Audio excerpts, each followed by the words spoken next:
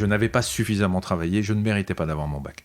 Alors en même temps, mes parents, pour qui c'était un événement considérable, m'attendaient effectivement en rentrant avec la bouteille de champagne et tout, et bon, j'avais raté, donc ça m'a traumatisé. Et en même temps, ça m'a filé un coup de pied au derrière, mais terrible, en me disant, ok, il y a eu une injustice, en même temps je ne méritais pas, et ben je vais maintenant réussir ma vie. Bonjour à tous, vous écoutez Contre toute attente, le podcast qui décrypte le parcours atypique de celles et ceux qui ont réussi à déjouer les statistiques. Je suis Alexandre Mars et ensemble, nous allons à la rencontre de personnalités qui ont réussi, contre toute attente, à grimper les échelons, à s'imposer comme légitimes, voire même incontournables dans un monde où les places sont rares et les trajectoires souvent prédéfinies. Bienvenue, c'est Contre toute attente. Le médecin est peut-être l'une des figures les plus respectées de notre civilisation occidentale. Il combine le savoir, il semble connaître les secrets de la vie et de la mort. Drapé de son aura et de sa blouse blanche, le mythe du médecin s'incarne charnellement dans la jeunesse turbulente qu'on lui prête. De cette turbulence, mon invité a gardé une gauloiserie rêveuse qui vous a, sans doute, déjà fait sourire. On aurait tort de s'arrêter à ces grivoiseries télévisuelles. Il y a une profondeur blessée dans le parcours de mon invité. Comme un goût de revanche, un besoin irrépressible de lutter contre l'ignorance et aussi, faut-il le dire, de se faire aimer. Comment devient-on médecin quand son milieu social ne s'y prête pas ? Comment dépoussière-t-on la médecine à la télévision jusqu'à animer un talk show médical sur la première chaîne publique ? Et surtout, comment mener de front ces deux vies ? J'ai 1000 questions pour mon invité, j'espère qu'il aura autant de réponses. Salut Michel Simès. Salut Alexandre, ne t'inquiète pas, j'aurai des réponses. Je ne connais pas tes questions, mais j'ai la réponse. Ça tombe bien. C'est Woody Allen qui dit ça. T'as toujours réponse aux questions, d'accord. Est-ce que tu as déjà fait tes 6000 pas aujourd'hui avant de me rejoindre ? Oula, j'en fais beaucoup plus que 6000 tous les jours, tellement j'ai d'activité dans la journée. Et en plus, ces 6000 pas dont on parle beaucoup, c'est valable pour les gens qui sont sédentaires, moins pour les sportifs. Je fais du sport pas mal, donc 6000 pas pour moi, ce serait vraiment le minimum. Et parce que c'est vrai qu'on a parlé de ces 6000 pas à un moment où tu avais converti un ancien président. François Hollande, ouais, c'est une histoire de dingue parce qu'en fait, on m'avait demandé d'être le porte-parole de la santé pendant l'Euro 2016. Ils avaient choisi 11 personnalités, chacune dans un domaine précis, le handicap, la ville, etc. Et on m'avait demandé de faire passer le message que je voulais faire passer, de profiter du tremplin que représentait Euro 2016 pour faire passer des messages. Et mon dada à moi, comme c'était du sport, c'était de la lutte contre la sédentarité. Et j'avais effectivement eu l'idée de faire passer ce message des 6000 pas par jour. Et je m'étais dit, si le premier Français, le président de la République, m'aide à faire passer le message, ce serait quand même plus facile. Donc, j'ai réussi, tant bien que mal, à avoir un rendez-vous avec lui. Je me suis retrouvé à l'Élysée, et avec Nathalie Yanetta, qui à l'époque travaillait aussi pour le sport à l'Élysée. Et j'ai dit à François Hollande, voilà, je voudrais que vous m'aidiez à faire passer ce message. Vous êtes typiquement le cas français par excellence. Vous êtes probablement un peu sédentaire. Alors, j'ai été assez délicat pour ne pas parler de surcharge pondérale, mais j'ai dit, vous êtes sédentaire, forcément, avec votre boulot, vous ne pouvez pas marcher dans Paris partout. Vous êtes stressé. Vous devez manger quand vous pouvez et pas tout, souvent très bien. Vous ne devez pas très bien dormir, enfin bref, c'est pas un boulot de tourpeau. Et il m'a dit, mais effectivement, j'ai du mal à suivre les conseils, donc je suis tout à fait d'accord pour faire les 6000 pas.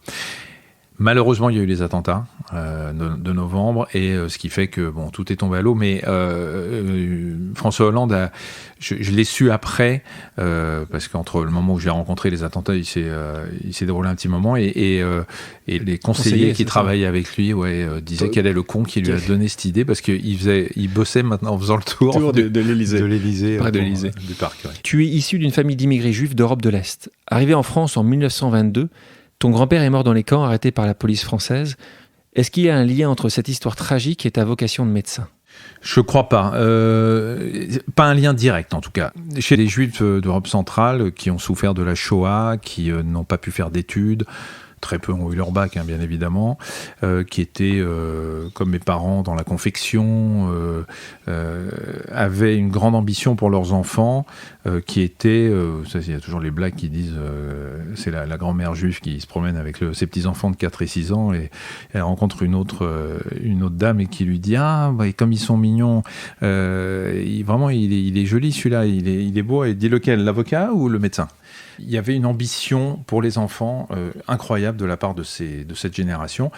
Et effectivement, le fait d'être médecin ou avocat, c'était un statut social auprès duquel couraient bien sûr toutes ces familles qui avaient dû se fondre dans la nationalité française. Mais c'est pas ça qui m'a motivé. Ce qui m'a motivé de cette histoire familiale, c'est le fait de réussir et de faire plaisir à mes parents et de leur donner la joie d'avoir un enfant, mon frère aussi. Mais il est avocat, ton frère ? Non, mon frère n'est pas avocat, mais on travaille ensemble maintenant. Mais il est dans la communication et étant entrepreneur. Mais voilà, l'idée c'était, je crois que ce qui m'a motivé, c'était ça, faire plaisir à Nathan et à ma mère.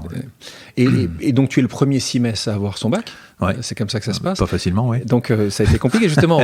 Raconte-moi, parce que j'avais entendu parler, quand tes parents t'attendent chez eux, étant persuadés que tu as ton bac, et qu'est-ce qui se passe quand... Tu veux me faire pleurer ? Ouais, vas-y, quand ils t'attendent avec la bouteille de champagne, tu l'as loupé ton premier. Ouais, je loupe mon bac de façon... Alors c'est marrant parce que c'était une injustice, avec le recul aujourd'hui, je m'en fous d'avoir raté mon bac, mais c'était une injustice flagrante parce que jamais j'aurais dû avoir 6 sur 20 à l'oral d'histoire, alors que j'avais... je connais... C'était... Tu t'en souviens le sujet ou pas ? Tu t'en souviens le sujet ? Oui, c'était le wagon plombé donc de Lénine. Mais tu vois, je pense qu'on m'aurait dit quelle question tu veux, j'aurais dit celle-là. Je la connaissais par cœur. Je sais pas ce qui s'est passé. Je sais pas. J'ai dû dire un mot de travers quand j'ai parlé de dictature du prolétariat. Elle a tiqué, donc j'ai pas dû le dire sur une bonne intonation parce que j'ai pas inventé l'expression non plus. Bon, bref, je l'ai pas eu. C'était une injustice ce jour-là, mais c'était pas une injustice que je ne l'ai pas. Je n'avais pas suffisamment travaillé. Je ne méritais pas d'avoir mon bac. Alors en même temps, mes parents, pour qui c'était un événement considérable, m'attendaient effectivement en rentrant avec la bouteille de champagne et tout, et bon, j'avais raté, donc ça m'a traumatisé. Et en même temps, ça m'a filé un coup de pied au derrière, mais terrible, en me disant, ok, il y a eu une injustice, en même temps je ne le méritais pas, et ben je vais maintenant réussir ma vie. Et je pense que si je n'avais pas raté mon bac, j'aurais pas eu ma première année de médecine du premier coup. Ce qui est déjà à l'époque, aujourd'hui c'est compliqué, mais à l'époque ça l'était encore plus. Il y avait 10% de reçus, et moi j'étais à la fac Necker où c'était tous les mecs qui venaient de maths sup et de maths spé pour faire médecine.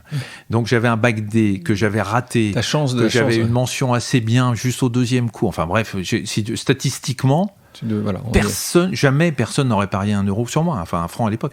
Et je l'ai eu du premier coup. Donc je pense que ça a été l'événement fondateur. Et tu disais un point assez intéressant, c'est que tu travaillais pas assez. Est-ce qu'aujourd'hui, sur tout ce qu'on va traiter, on va en discuter, de tout ce que tu as fait après ça, est-ce que tu te considères être un travailleur, un bûcheur, un bosseur ? Est-ce que tu penses que tu es parfois dilettante, ou est-ce que tu penses que tu as toujours travaillé plus que les autres depuis ce jour-là ? Non, je suis ni l'un ni l'autre. Je suis un besogneux. Et moi j'ai été diagnostiqué TDAH, trouble de l'attention et de l'hyperactivité, par un copain psy il y a quelques années, ce qui m'explique toutes les difficultés que j'ai eues pendant ma scolarité. C'est-à-dire que je suis incapable de me concentrer plus de 30 minutes. Ça va être compliqué là. Non, mais ça je vais faire un effort. Quand je parle de moi, ça. Mais je suis beaucoup dans la créativité. Et encore aujourd'hui, on en parlera si tu veux, mais moi, ce qui m'intéresse, c'est de créer. La mise en pratique m'emmerde. Donc, à l'école, il faut être scolaire, par définition. Le seul moment où j'ai vraiment travaillé comme un dingue, c'est la première année de médecine. Parce que je voulais y arriver, et que moi, j'ai une mémoire de travail, c'est-à-dire une mémoire très courte. Il faut que je lise tout la veille. Et aujourd'hui, encore, je travaille comme ça. C'est-à-dire, quand j'ai une émission, il faut que je lise tout dans la journée où je tourne. Si je le lis 3 jours avant, ça sert à rien. Donc, je suis pas un travailleur. Mais je pense que j'ai une spontanéité aujourd'hui. J'ai plus besoin de travailler parce que j'ai emmagasiné mes 12 ans d'études et ma médecine, je l'ai dans la tête. Aujourd'hui, je suis plus dans l'improvisation et dans le freestyle que dans le vrai travail. Ce qui explique pourquoi je fais tant de choses. Parce que ça me demande pas tant de temps que ça. Tu parles de cette première année de médecine. La seconde, ce que tu racontes, c'est que tu as été 111e sur 111. Ouais. D'accord. La barre rouge sous mon nom. Ça, c'est quand même... bon, là, tu te dis Mektoub. Tu sais, je suis très Mektoub dans la vie. Ouais. Voilà, ce qui doit arriver arrive. Donc la question, c'est, on peut donc être le dernier, terminer le premier. Si on considère qu'aujourd'hui, tu es le médecin le plus connu de France. Oui, alors d'accord, mais est-ce qu'aujourd'hui, on me demande si j'ai eu ma médecine du premier coup ? Est-ce qu'on me demande si j'ai raté mon bac ? Est-ce qu'on me demande si la ligne rouge était sous mon nom ? Non. On peut être le dernier reçu du premier coup sur 10% de reçus, tu peux pas dire vraiment que tu es le dernier. Hein. Mais en revanche, tu n'aurais pas parié un copec sur moi pendant mes études. Ouais, donc c'est la question qui est, contre toute attente, c'est que c'était n'étais pas prédestiné à faire ça. Tu n'avais pas fait le bonne prépa. Non, j'avais rien fait de tout ça. J'avais une envie de me venger de ce que je considère à l'époque comme injustice et qu'avec le recul, je considère comme étant salvateur. Mais à l'époque, j'avais une haine de l'échec à cause de ce bac qui m'a aidé. Alors j'ai été aidé par des potes qui étaient en première année qui redoublaient eux, hein. J'ai pas fait ça tout seul. Et donc après ces études-là, donc c'est la continuité de l'ascension sociale. Je pense que c'est comme ça que tu le vivais aussi à l'époque, en tout cas à tes parents. Tu deviens chirurgien, donc qui est quand même là aussi un job prestigieux. Est-ce que toi tu te vois, en tout cas à l'époque, peut-être difficilement, ou est-ce que même aujourd'hui, comme la vitrine de cette méritocratie républicaine? Tu as été à l'école publique? Oui. En tout cas, aujourd'hui, alors je ne sais pas si on peut aller jusqu'à la méritocratie républicaine. Moi, j'ai fait tout. Quand tes parents qui n'ont pas le bac, tu passes par le système public français. Non, mais c'est pour ça. Oui, c'est pour ça que si tu veux, mes grands-parents ont été reçus en France de Pologne dans les années 20. Mes parents sont nés en France. Mon père n'est devenu français qu'à l'âge de 7 ans, bien que né en France. La France, c'est notre pays aujourd'hui. Voilà, on est d'origine polonaise, mais la France, c'est mon pays aujourd'hui. La France m'a permis, en allant à l'école publique, en suivant mes études de médecine, en me formant à l'hôpital public, elle m'a permis justement de devenir ce que je suis aujourd'hui.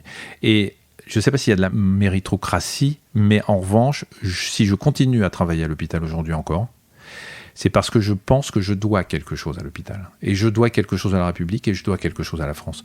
Sans elle, et sans cet hôpital public, je ne serais pas ce que je fais aujourd'hui. Ce qui est important de le souligner, on parle souvent aujourd'hui de l'ascenseur social dans ce pays, qui semble de plus en plus abîmé, si ce n'est cassé. Tu penses qu'aujourd'hui, c'est plus compliqué que justement, à ton époque, ces milieux populaires? Est-ce que tu penses que ce plafond de verre sera de plus en plus difficile à casser? Non, je pense pas que ce soit plus difficile aujourd'hui, parce que je crois que tout repose beaucoup sur la volonté. Pas que, je ne suis pas dans le monde des bisounours et je sais que malheureusement il y en a tellement qui voudraient être médecins mais qui sont issus de milieux défavorisés et qui n'ont pas la possibilité de le faire. Je crois qu'il faut... tu sais, moi j'ai quelques maximes comme ça qui dirigent ma vie. Il y a le Mektoub, il y a d'autres citations comme ça. T'en as une autre comme ça? J'en ai une autre. Et, souvent on me dit comment vous faites pour garder la tête sur les épaules, vous êtes très connu, vous êtes numéro 1, vous êtes machin, vous êtes truc. Moi j'ai une phrase de je sais pas qui disait la roche tarpéienne n'est pas loin du Capitole. Autrement dit, on peut se casser la gueule du jour au lendemain, ou souris aux gens que tu croises en montant, tu recroiseras les mêmes en descendant. Et ça, c'est des trucs, tu vois, quand tu te le répètes toute la journée, ça t'aide. Et il y en a une autre qui est de Pythagore, qui a dit « Rien n'est impossible, même l'invraisemblable ». Et ça, je me le dis souvent. Je pense que quand on a un but dans la vie, on peut essayer de se donner les moyens. C'est pas toujours possible, bien évidemment, mais on peut essayer de se donner les moyens d'y arriver, parce que moi, tout ce que j'ai réussi à faire jusqu'aujourd'hui dans les médias, je connaissais personne dans les médias quand j'ai commencé la radio. J'avais juste le culot. Je suis allé voir les gens qui m'ont regardé en me disant « Mais qui vous êtes? Vous avez fait une école de journalisme? Non, vous êtes interne en médecine à Chartres, mais vous êtes gentil, mais j'ai été rejeté par Autoroute FM. » à l'époque, 107.7. Ils n'ont pas voulu de moi à l'époque. Voilà. Et tous ces gens-là, mais je les comprends, je leur en veux pas. Je me marre un peu aujourd'hui, mais je les comprends. Et j'y suis allé au culot. J'étais pas issu d'une famille de médecins. J'étais pas issu d'une famille de médias. Et pourtant, je me suis dit, j'ai envie de le faire. Je me donne les chances. Qu'est-ce que je risque d'autre qu'on me dise non? 100% des gagnants ont tenté leur chance. Tous mes choix aujourd'hui en médias, tous, et j'en ai refusé beaucoup, la première et la seule question que je me pose, c'est est-ce que si quelqu'un me voit à la télé dans une émission et vient me voir demain matin à l'hôpital et que je lui annonce un cancer, est-ce qu'il va voir en face de lui le médecin en qui il a confiance et à qui il va confier sa santé et sa vie, ou est-ce qu'il va avoir le proxénète qui est passé à la télé hier soir? Raconte-nous justement ce moment qui est un autre moment clé dans ta vie, sur ce rallye. Comment ça se passe à ce moment où tu vas... En fait, ça se passe avant même. Je suis interne à Chartres et je vais tous les matins en voiture à Chartres de Paris, parce que j'habite Paris, et j'écoute les débuts de France Info. Il y a une chronique santé que je chronomètre. Et pendant mes gardes, on ne bosse pas tout le temps pendant les gardes, je me dis, tiens, moi qui adore expliquer aux patients, je me dis, tiens, si je faisais une chronique, qu'est-ce que je ferais? J'écris 3, 4, 5 chroniques. Je fous ça dans un tiroir. Et pour gagner ma vie, parce que mes parents n'avaient pas beaucoup de sous, on vivait confortablement, mais il fallait que je me paye mes vacances, il fallait que je me paye mes sorties et tout. Je faisais des assistances sanitaires pour Europe Assistance, Elvia, etc. J'allais chercher les Français blessés à l'étranger. Et j'ai fait un jour l'assistance d'un rallye dans le Sahara. Et là, je rencontre des journalistes qui étaient là. Et un jour, comme ça, je parle à une journaliste en disant « J'ai écrit des chroniques sur la santé. Tiens, dis-moi ce que t'en penses. » Elle les lit, elle trouve ça plutôt sympa. Et, parce que j'ai un petit ange au-dessus de la tête depuis des décennies, et j'en suis tout à fait conscient, Europe 2 cherchait un scientifique pour faire 1 minute par semaine, écrire pour les autres, c'est pas moi qui le faisais à l'antenne. Et j'ai commencé comme ça, et pour faire plaisir à des potes, je suis ensuite allé à France Info avec une cassette, c'était les cassettes à l'époque, dans les années 90, donner ça à l'assistante de Pascal Delannoy, le patron de France Info, qui, le petit ange étant là, voulait remplacer la journaliste qui faisait la santé. Et quand tu es à France Info, c'est une vitrine incroyable. Donc, si tu veux, j'ai à la fois beaucoup de culot, beaucoup de volonté, et puis un petit ange et une chance incroyable parce que je suis là au bon moment, au bon endroit. Ça, c'est sûr qu'il faut avoir de la chance aussi et que le destin soit avec toi. Donc, entre ce rallye en 90 et ta première nomination en tête du classement des personnalités préférées des Français du magazine Stratégie, je pense que c'est Nagui qui va après dire est-ce que c'est toi le 1 ou le 2 24 années se sont écoulées. Est-ce que pour toi ça a été long? Et puis surtout, comment tu expliques ce succès? Parce que tout ne peut pas être uniquement dans Mektoum ou dans le dessin. C'est très compliqué de te répondre parce que je crois qu'il est plus facile de dire pourquoi on t'aime pas plutôt que pourquoi on t'aime. On me demande souvent qu'est-ce qui fait votre succès, qu'est-ce qui fait que vous êtes numéro 1, qu'est-ce qui fait que les gens vous aiment. Ça a mis du temps quand même déjà. Oui, d'abord ça a mis du temps et ça a été progressif. J'ai jamais voulu, et tant mieux parce que même pour ta stabilité psychologique, il vaut mieux que ça arrive lentement. J'ai fait step by step. Vraiment, j'ai un peu de radio, avec un peu de télé, et puis progressivement, et puis j'ai eu de la chance d'avoir rencontré des gens comme Jean-Marie Cavada qui m'ont fait venir à la 5e, et puis voilà, les rencontres, le fait, il faut pas, je pense que l'erreur de certains qui sont à la télé aujourd'hui encore et qui sont médecins, qui veulent tout bouffer tout de suite et arriver tout de suite, c'est une erreur. Il faut apprivoiser le téléspectateur et l'auditeur. Il faut se faire connaître, se faire apprécier et être crédible et légitime. Et moi, j'ai la chance de travailler dans un domaine qui est très anxiogène, le domaine de la santé. À partir du moment où tu as quelqu'un qui t'explique les choses simplement, comme je le fais, qui vulgarise, qui fait un peu d'humour, qui peut être léger, pas léger, tout ce que tu veux, et qui rend finalement quelque chose de très angoissant digeste, et que tu lui fais confiance parce que tu as l'impression qu'il est expert dans ce qu'il dit, les ingrédients sont là pour que tu réussisses. J'ai jamais pensé que j'étais le meilleur médecin de France, contrairement à ce que peuvent penser les gens parce que je passe à la télé. J'ai jamais pensé que ma parole était la bonne parole en matière de santé et que quand je disais quelque chose, ça devait être vrai. Mais quand tu as passé une journée par semaine, deux journées, 2 matinées. Donc 2 matinées, donc une journée en tout à l'hôpital. Quand tu as ce patient lambda qui ouvre la porte ou tu lui ouvres la porte, c'est quoi? Il pense vraiment que tu vas le sauver? Il te voit justement comme super docteur? Il est étonné? Il pense que tu es plutôt compétent ou plutôt pas compétent? Justement. Alors il y a eu moi, je pense que j'aurais peur de toi dans ces cas-là. Il doit faire autre chose, il a peut-être pas suffisamment pratiqué. Mais c'est tout ça ou justement c'est l'inverse? Tout à fait. Et à tel point, si tu veux, il y a tout et son contraire. Mais les gens qui viennent me voir, soit ils viennent me voir, alors pendant un moment ça a été ça, ils venaient me voir, moi j'ai une patientèle depuis, ça fait 30 ans que je suis à l'hosto et c'est les gens que je vois régulièrement, etc.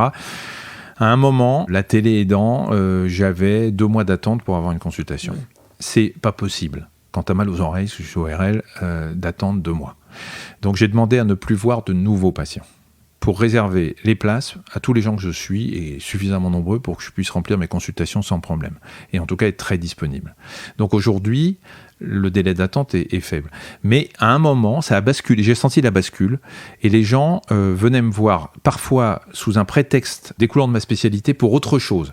Parce que les gens pensent que je suis prix Nobel de médecine, parce que je sais tout, parce que je passe à la télé, parce que j'ai tellement de bagages, d'après eux, scientifiques, que je suis meilleur que les plus grands spécialistes français. Et quand j'ai commencé à voir arriver des gens avec des dossiers comme ça, de 10 cm de haut, et qu'ils avaient vu tous les ORL, les plus grands patrons de France, en disant « vous êtes mon dernier recours », j'ai commencé à flipper en me disant il y avait une déformation de l'image. Et je ne suis pas le meilleur médecin. J'espère être un bon médecin pour mes patients. Mais maintenant, je n'ai plus ce problème de distorsion de l'image. Je veux être médecin. Et tous mes choix aujourd'hui en médias, tous, et j'en ai refusé beaucoup, La première et la seule question que je me pose, c'est est-ce que si quelqu'un me voit à la télé dans une émission et vient me voir demain matin à l'hôpital et que je lui annonce un cancer, est-ce qu'il va voir en face de lui le médecin en qui il a confiance et à qui il va confier sa santé et sa vie, ou est-ce qu'il va avoir le proxénète qui est passé à la télé hier soir? Dès que j'ai un doute, je refuse mes projets. Comment t'es perçu par le corps médical? Très bien. Très bien. Depuis tout le temps? Oui, parce qu'il y a quelques jaloux, et on est en France, il y a quelques... Je rassure, c'est dans le monde entier, c'est l'humain qui parfois... Il y a quelques jaloux qui supportent pas parce qu'ils auraient voulu faire ce que je fais, ce que je comprends, et puis je m'en fous.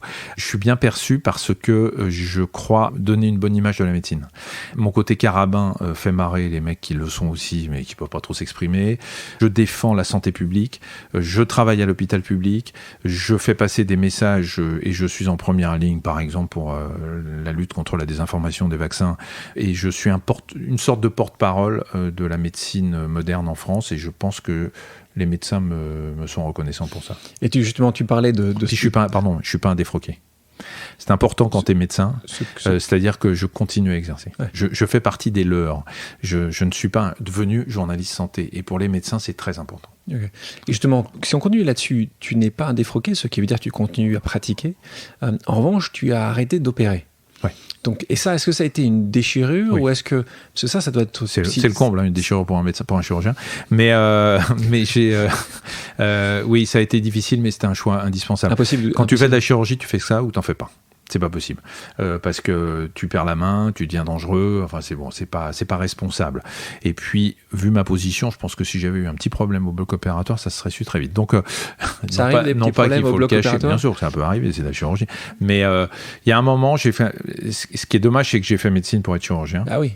Que je m'éclatais à faire de la chirurgie, mais il y a des moments dans la vie, il faut faire des choix. Ou je continue ma carrière médiatique et puis je continue à consulter, ou il fallait que j'arrête les médias pour faire que de la chirurgie. J'ai suivi mon instinct. Quand je t'entends et pour te connaître, c'est vraiment une mission en fait. Pour toi, tu considères que... C'est devenu. Quand tu parles de désinformation sur la vaccination, quand tu parles de la sédentarisation, c'est marrant parce que tu parles des palmarès, des classements. Ma mission pendant des années a été de réussir ma vie. A été de faire ce que j'avais envie, de me lever le matin avec la banane parce que heureux de... Mais justement, quand tu parles de réussir ta vie, tu savais, peut-être à 20 ans, c'était juste avoir les moyens financiers, C'est tout, c'était d'avoir les moyens financiers et d'être passionné par ce que je fais. Et de ne pas me lever le matin en me disant il faut que j'aille faire ça. J'ai jamais eu l'impression de travailler. Je suis tellement passionné par ce que je fais et j'ai tellement la chance de faire plein de choses différentes que j'ai pas l'impression de bosser. La mission dont tu parles a changé quand je me suis retrouvé non pas animateur préféré des Français, mais au classement du JDD, où je me suis retrouvé dans le top 10 des Français préférés des Français. Avec, et crois-moi, je suis très sincère, j'ai cru délirer quand j'ai vu les noms des gens qui étaient devant et derrière moi, qui sont pour moi des stars, mais mondiales, des Belmondo, des Delon, du Jardin, et pas que des acteurs. Je me disais, mais qu'est-ce que je fous là, quoi. J'ai eu un sentiment d'imposture, mais qui a été traumatisant. Hein. Je me suis dit, mais qu'est-ce que j'ai à voir avec tous ces gens-là, quoi. J'ai rien inventé, j'ai rien créé de particulier, je ne fais que passer de l'information. C'est pas moi qui ai inventé les vaccins, qui ai découvert les vaccins. J'ai pas découvert le sida, j'ai pas découvert quoi que ce soit. Un acteur non plus, je pourrais te répondre. Non, mais un acteur non plus, mais un acteur fait rêver, etc. Moi, je ne fais qu'informer, de passer les plats de gens qui, eux, savent et qui, eux, sont des stars de la médecine. Donc, je me suis senti très mal à l'aise. Et en même temps, ça m'a entraîné un déclic. Je me suis dit, putain, les gens me font confiance, quoi. Les gens m'aiment bien, ils m'écoutent. Parce que tu mets pas un type numéro 4 ou numéro 7 des Français préférés des Français juste parce qu'il te fait marrer. C'est qu'il y avait une crédibilité, qu'il y avait une légitimité, qu'on m'écoutait. Et je me suis dit, là, je vais m'en servir. Et là, je vais changer de mission. J'ai réussi ma vie. Je suis heureux, maintenant ça va. J'ai fait tout ce que j'avais à faire pour moi. Et maintenant, je vais le faire pour la France et pour essayer de faire bouger les gens. Et c'est pour ça que je suis au conseil d'administration des Jeux et que je suis ambassadeur santé. C'est parce que maintenant, je veux aider à faire bouger la France sur le plan santé. Ça, c'était il y a combien d'années ? Il y a 5-6 ans. 5-6 ans. Ouais. Et c'était assez automatique ou c'est l'été d'après, tu t'es dit, tiens, ça a passé quelques mois en te disant, mais je vais utiliser ça ? Non, j'ai mis quelques mois à me remettre. C'est con, hein, parce que c'est qu'un classement. Mais le classement des animateurs, déjà, je me suis dit, tiens, qu'est-ce que je fous là ? Parce que je me sentais pas animateur, mais plutôt médecin, c'est comme le souligne mon ami Nagui, d'ailleurs. Mais... c'est une question. C'est vraiment ton ami Nagui? Oui, on est très très potes. On se marre, tu peux pas savoir. C'est à chaque classement, on se marre. On a eu Nagui ici et que j'apprécie énormément. Et c'est vrai qu'au début, j'étais persuadé que vous étiez vraiment potes. Et puis après, j'ai lu 2-3 trucs, je me suis dit, mais. Non, mais on se marre. Et ce qui est marrant, c'est de voir comment les réseaux sociaux réagissent. Et nous, on lit ça en se disant, mais les gens, c'est dingue, quoi. Ils prennent tout pour argent comptant. On est très potes. Vraiment, il n'y a pas de souci. Ouais. Là, c'est quand t'es passé des animateurs. Mais cela dit, il mérite de pas être numéro 1. Mais pour le JDD, c'était autre chose parce que je passais dans une autre catégorie. Ouais. Animateur, avec les gens qui font de la télé, c'est le métier, machin. Là, je me retrouvais, si tu veux, et je l'ai dit dans la presse, j'ai eu dans une interview, ça m'a tellement traumatisé que je suis allé, tu sais, mon grand-père paternel, qui est mort à Auschwitz, a été dénoncé, arrêté par la police française, déporté à cause de la France, du Vichy. Et, je sais pas, 70-75 ans plus tard, la France envoyait un message d'amour à son petit-fils, qui était complètement délirant. Donc j'ai pris le JDD, je suis allé au gymnase Japy dans le 11e arrondissement où il avait été arrêté, et j'ai tendu ça au ciel, en pleurant, en disant, tu te rends compte que ce message d'amour que la France envoie à ton petit-fils aujourd'hui. Ah, c'est vrai que c'est là, la boucle est bouclée. Et je pense que c'est à ce moment-là que je prends conscience de... Encore une fois, c'est un classement, c'est un palmarès. On peut se dire, on s'en fout. Voilà, c'est ton ego, ta fierté, ton amour propre. Mais non, ça va plus loin que ça. Et là, je me suis dit, il faut que je me serve de ça pour faire autre chose que réussir ma vie. Ouais. Et je pense que est-ce que tu la réussiras pas uniquement maintenant si cette mission arrive à être positive, si dans quelques années tu te retournes en disant, j'ai réussi à faire que les Français soient peut-être un peu moins sédentaires. Je connais bien ton message. Et je pense que... Et cette difficulté peut-être qu'on peut avoir un peu plus jeune, c'est qu'on est un petit peu auto-centré. Et même si c'est des choses qui nous font plaisir aux autres, je pense que quand tu te passionnes sur une autre mission qu'une mission, tu as un impact qui est fort sur... Moi, j'ai réglé mes problèmes d'ego, c'est bon. Ça. Ouais, je pense que ça y est. C'est bon. Mais tu t'as mis quelques années quand même. Oui, mais si tu veux, j'ai jamais couru après une reconnaissance monstrueuse. Maintenant, il faut pas non plus être complètement hypocrite quand tu fais un métier public où tu t'exposes autant. C'est pour que les gens t'aiment et te voient. Enfin, si les mecs qui disent, moi j'ai fait ça, mais alors qu'on me reconnaisse dans la rue, ça m'emmerde. Il faut qu'ils changent de métier, quoi, ou qu'ils aillent voir un psy parce qu'il fallait faire autre chose. C'est ce que dit Gad Elmaleh, qui est très content quand il va à New York, parce qu'à New York, c'est une des villes où personne d'ailleurs n'est connu. Ce qui est un bonheur. Est-ce que toi, t'aimes bien justement parfois aller dans des endroits comme ça, parce que t'as besoin.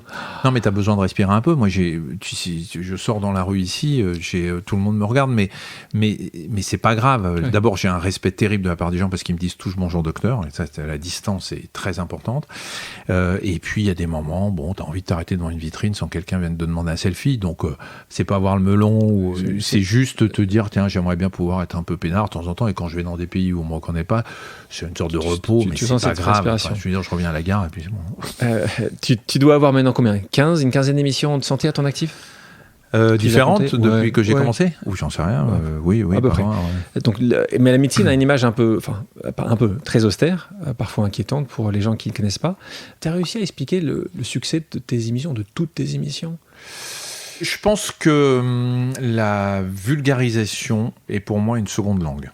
Je me suis jamais forcé à trouver les mots que les Français pouvaient comprendre. Parce que je fais ça en consultation. Alors je ne sais pas d'où ça vient. Franchement, j'en sais rien. J'ai toujours expliqué à mes patients, j'ai fait des petits crobards, j'ai fait des trucs, et j'ai toujours réussi à expliquer. Et moi, j'ai toujours pensé que le début de la guérison, c'est l'explication. Et qu'à partir du moment où tu expliques bien à un patient ce qu'il a, ce que tu vas lui proposer comme traitement, quelle est l'évolution possible, tu as déjà fait la moitié du chemin. L'autre moitié, c'est les connaissances, et puis je dirais une troisième moitié, c'est quand même pas fréquent, c'est l'empathie. C'est-à-dire comprendre ce que le malade que tu as en face de toi vit et ressent. Voilà, à partir de ce moment-là, toutes ces recettes, je les applique. Tu sais, le France Info, ce que j'ai, je ne veux pas dire modestement, inventé peut-être, c'est l'interpellation de l'auditeur. C'est-à-dire que avant, à chaque fois que j'entendais les papiers santé, c'était il, ceci, il, cela, on a découvert comme machin. Et moi, France Info, j'ai fait comme en consultation. C'est-à-dire que je me suis adressé à une personne. J'ai dit, vous souffrez, vous avez mal à tel endroit, vous avez fait ci, vous avez peut-être ça. Et je l'ai fait inconsciemment, mais je pense que c'est ce qui a tout déclenché, parce que quand on s'adresse à toi comme auditeur, t'écoutes.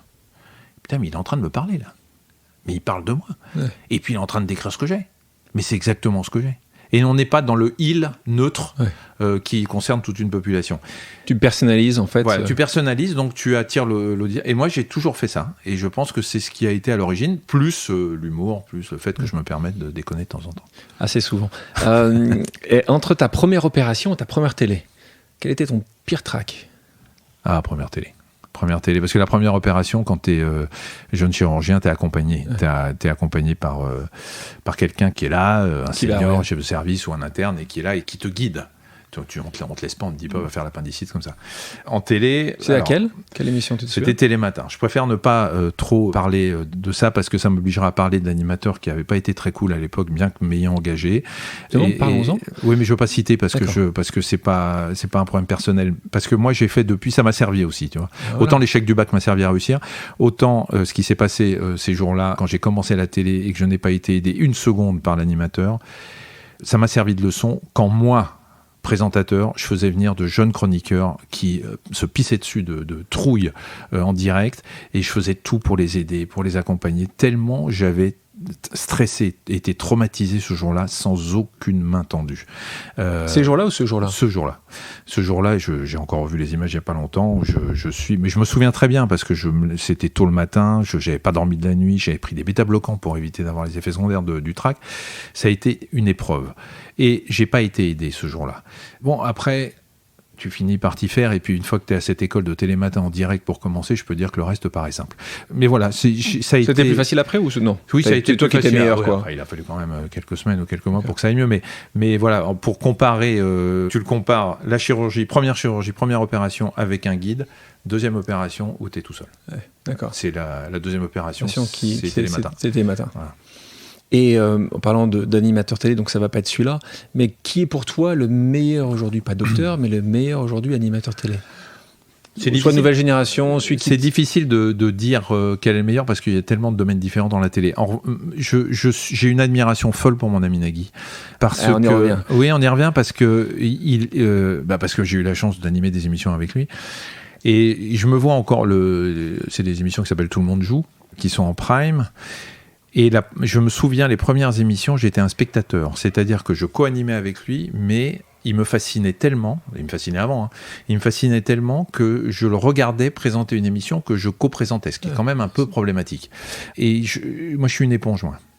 Je suis admiratif de tout ce qu'il arrive à faire pendant une émission, écouter à l'oreillette, gérer le jeu, poser les questions, gérer les réactions, avoir une réactivité parce il faut avoir les neurones connectés quand vous présentez avec Nagui parce qu'il ça va vite, qu'il peut envoyer une pique à n'importe quel moment et qu'il faut réagir gentiment, mais il faut pas être passif. Et puis alors, vu le boulot qu'il fait tous les jours avec toutes ces émissions, moi voilà. Pour moi, Nagui est le modèle du meilleur à la télé aujourd'hui, si on devait en désigner un. Un autre contre toute attente. Il n'avait pas non plus tout pour arriver là où il est aujourd'hui. Non, il n'avait pas tout. Il a une soif de réussir. Et puis, Nagui, il est d'une générosité qui est quasi pathologique. Enfin, c'est un type qui partage. Ouais. Il est très dur au boulot, mais il partage, c'est-à-dire que sa réussite, il ne la garde pas pour lui. Il en fait profiter ses amis. Il a envie de... Il est généreux. C'est un mec qui est vraiment généreux. On peut l'aimer, pas l'aimer. Voilà, c'est pas... Les Français l'aiment, en tout cas. Les Français l'aiment bien et c'est mérité. Et à l'inverse, c'est quoi pour toi le pire ? Celui qui, pour toi, ne devrait pas être là ou il devait changer de métier ? Je ne veux pas donner nom. Il n'y a pas un pire. Il y a... Des pires. Très bien.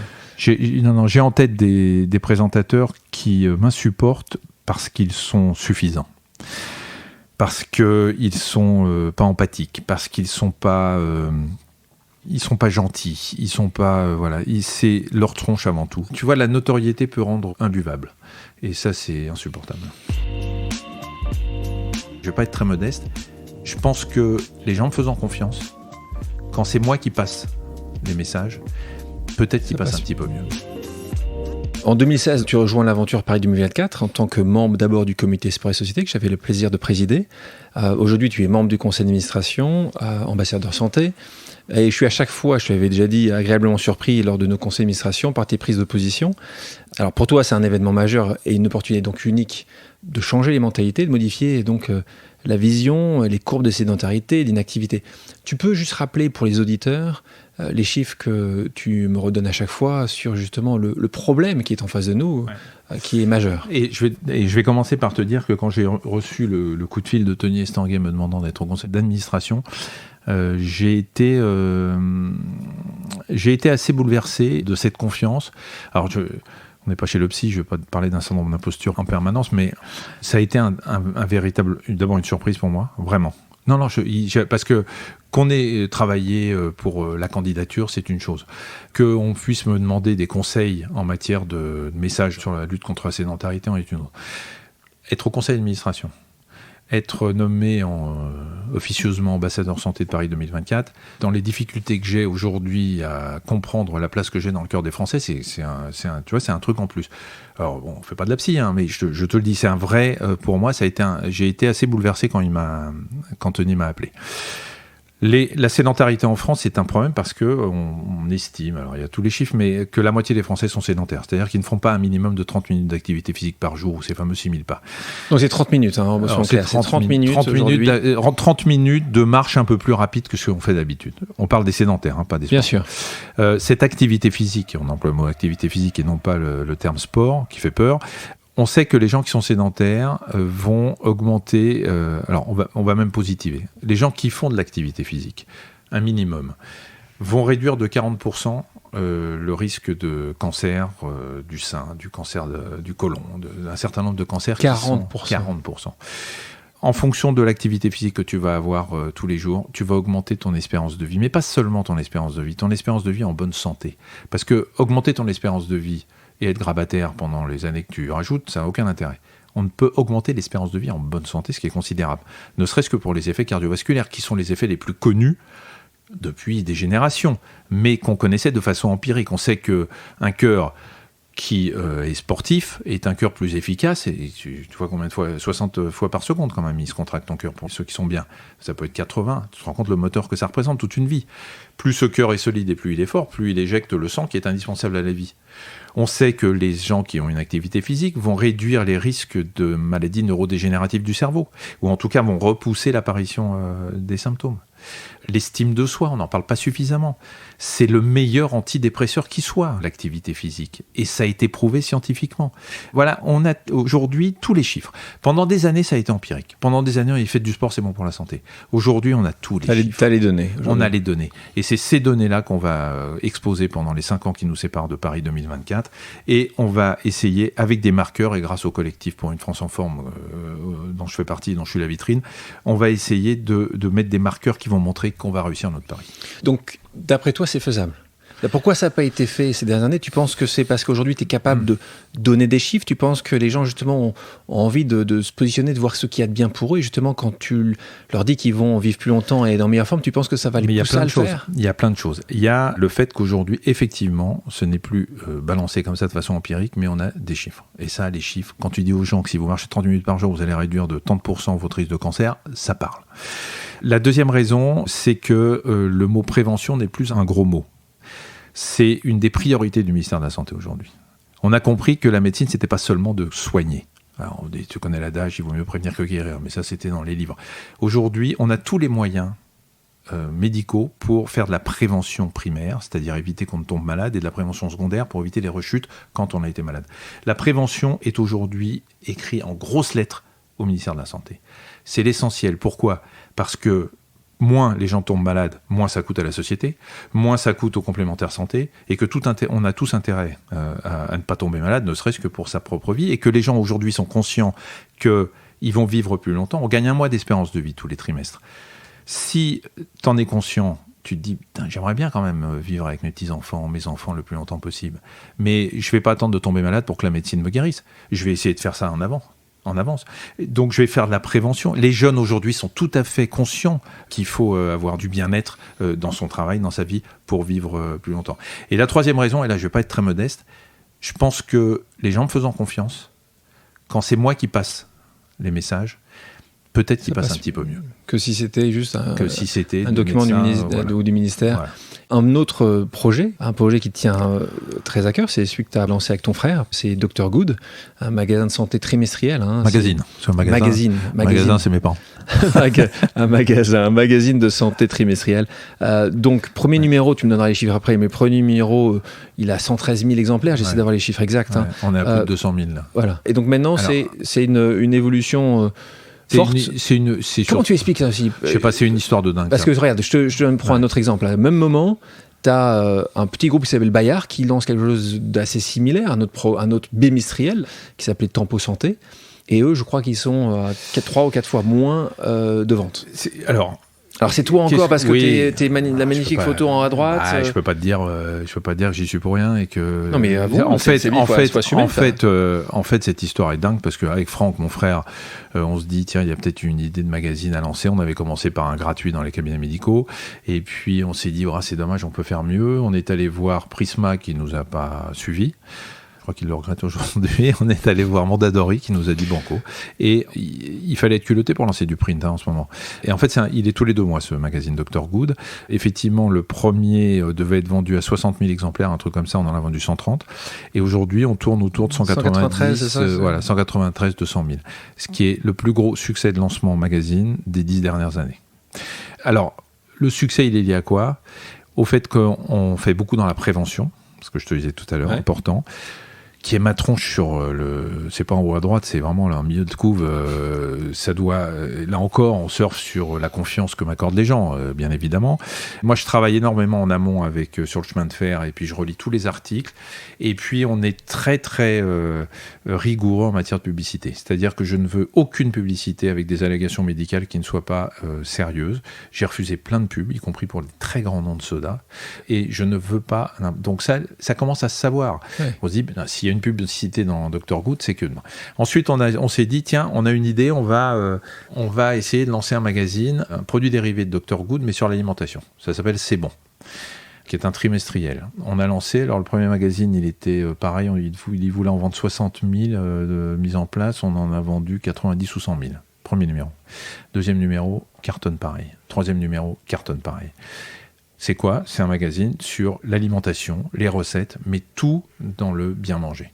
Donc c'est quoi le prochain après toi ? Le prochain, ça va être probablement pour les enfants. Et est-ce que des gens commencent à t'appeler quand ils te voient, donc docteur, mais ils commencent à t'appeler Dr Good maintenant ou pas ? Oui, certaines personnes. Non, ce qui est marrant, c'est quand tu vois les gens se balader avec le magazine dans la rue, ça c'est... Fier ? C'est assez jouissif, ouais. Fier. Je pense que le terme solidarité est un terme essentiel dans notre pays, mais que la réalité, elle n'est pas là. La réalité, elle est qu'il vaut mieux avoir beaucoup d'argent et habiter près de l'hôpital américain ou d'un grand centre hospitalier pour s'en sortir. Le médecin, tu sais, est une de ces rares figures qui voit passer tout le monde. C'est toute classe sociale confondue peut y arriver, à part... Peut-être toi, c'est ce que tu as vécu. Je pense que tes clients, ta patientèle, comme tu l'appelles, c'est, à mon avis, toute classe sociale confondue. Est-ce que, pour toi, on est encore tous égaux devant un médecin ? Est-ce que tu penses, par exemple, je vois une start-up aux États-Unis qui s'est développée en disant que pour faire un check-up, comme en France, si tu veux faire un check-up complet, tu as quelques hôpitaux qui te le permettent, ça coûte quand même assez d'argent, c'est pas forcément remboursé. Mais c'est pas forcément utile non plus. Alors, c'est intéressant, c'est pas forcément utile pour toi ? Non, parce qu'en fait, en médecine, on sait qu'il faut cibler les examens en fonction de symptômes ou de l'âge ou d'antécédents, et que faire un check-up complet... c'est un peu...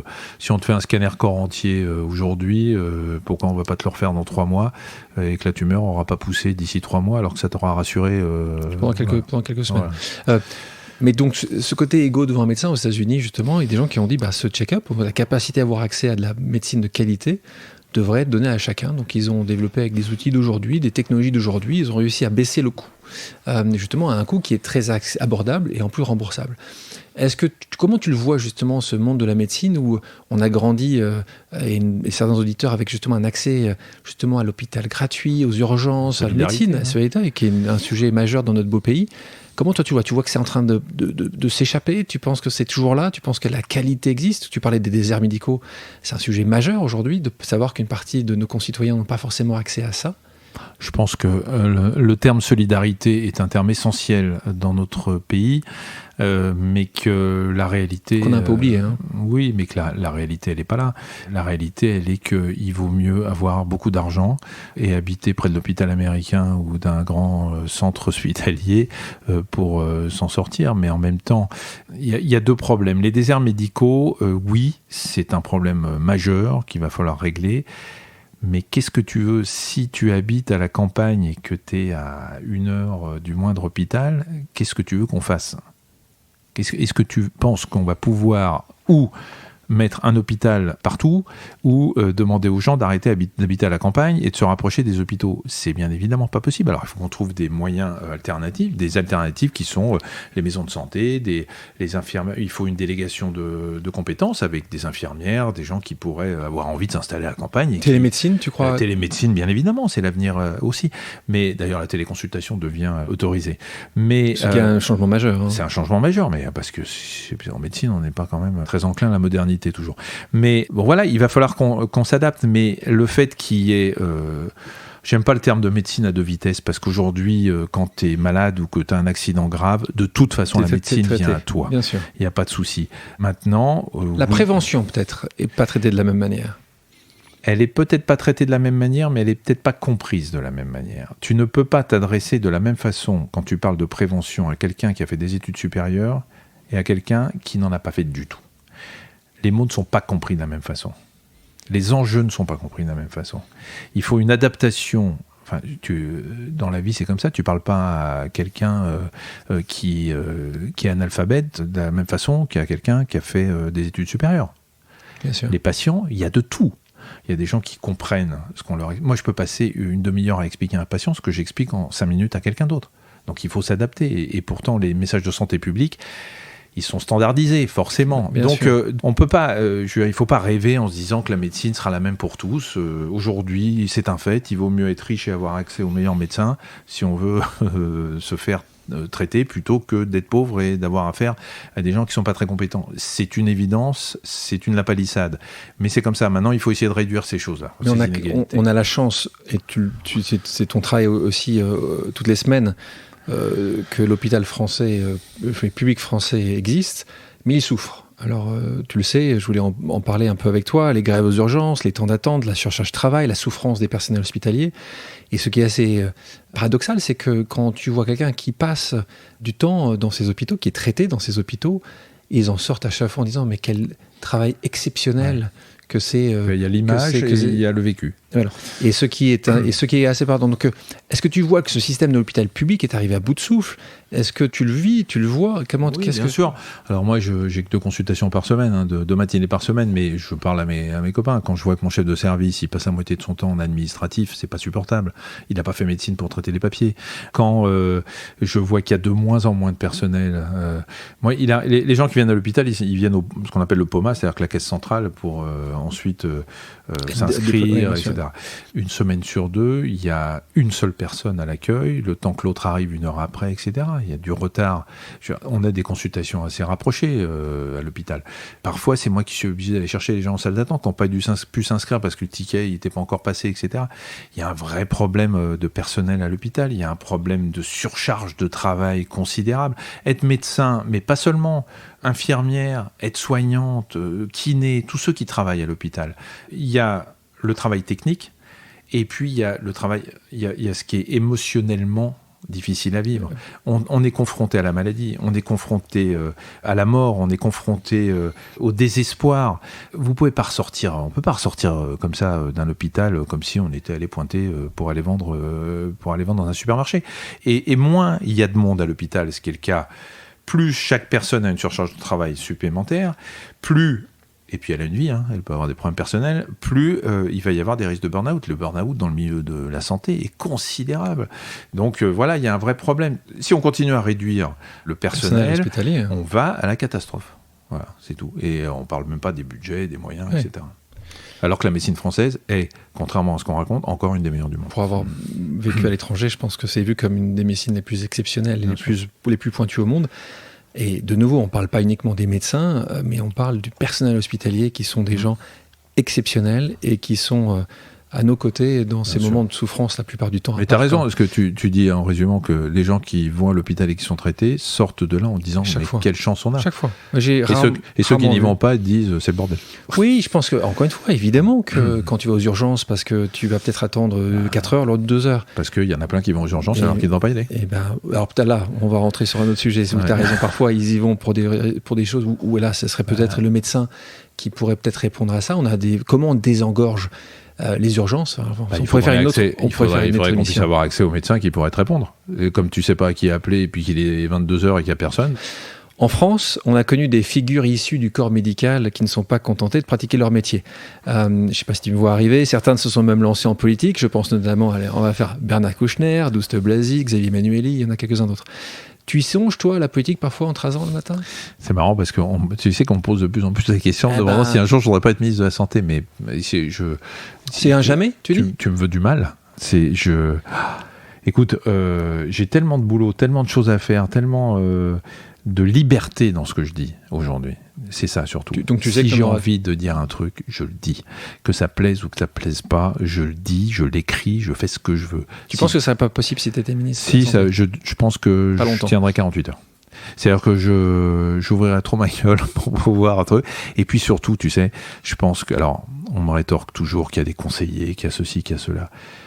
Il faut être compétent dans tous les domaines, économie de santé, sécurité sociale, mais je ne suis pas compétent du tout, quoi. Je pense que je ne serai plus dans le top 10 des classements du JDD. Il y a des chances que tu descendes.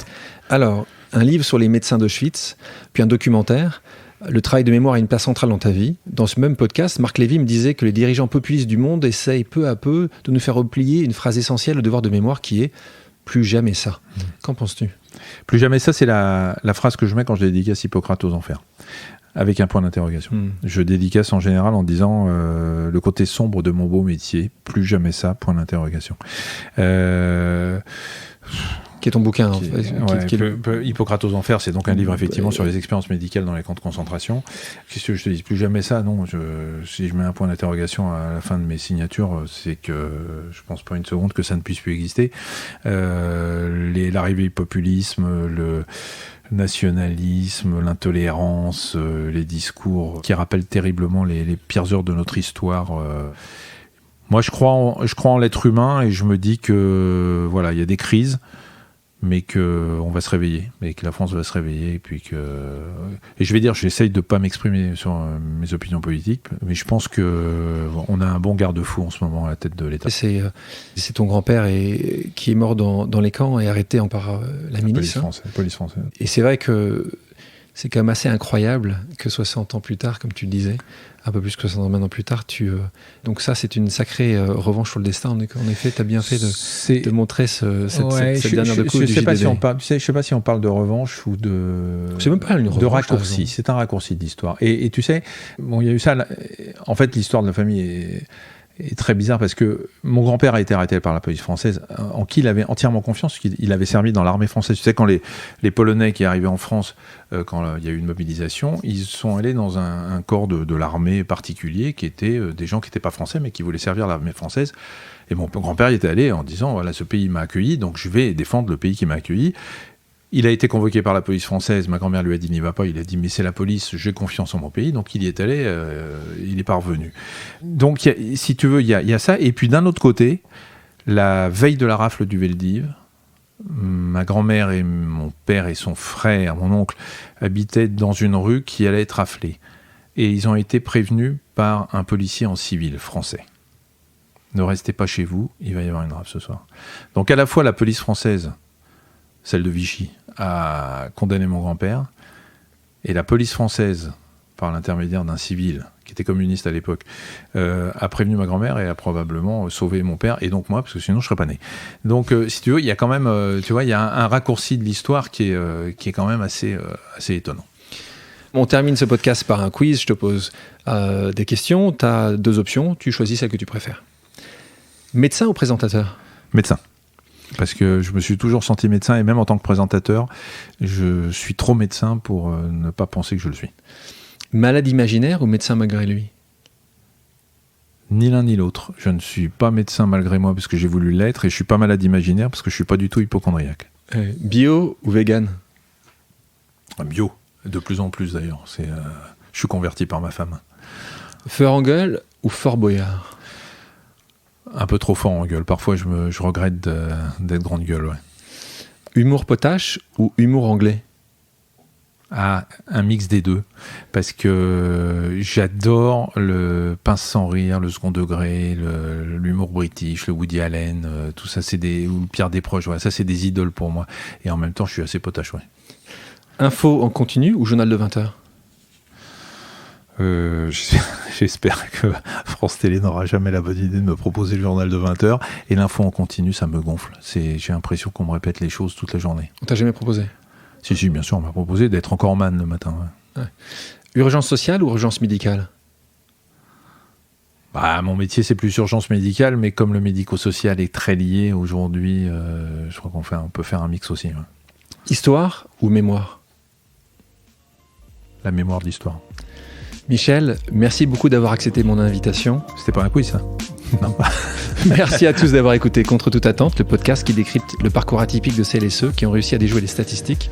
Si l'émission vous a plu, n'hésitez pas à partager et à vous abonner. À la prochaine. Merci beaucoup pour ton invitation, Alexandre. Merci.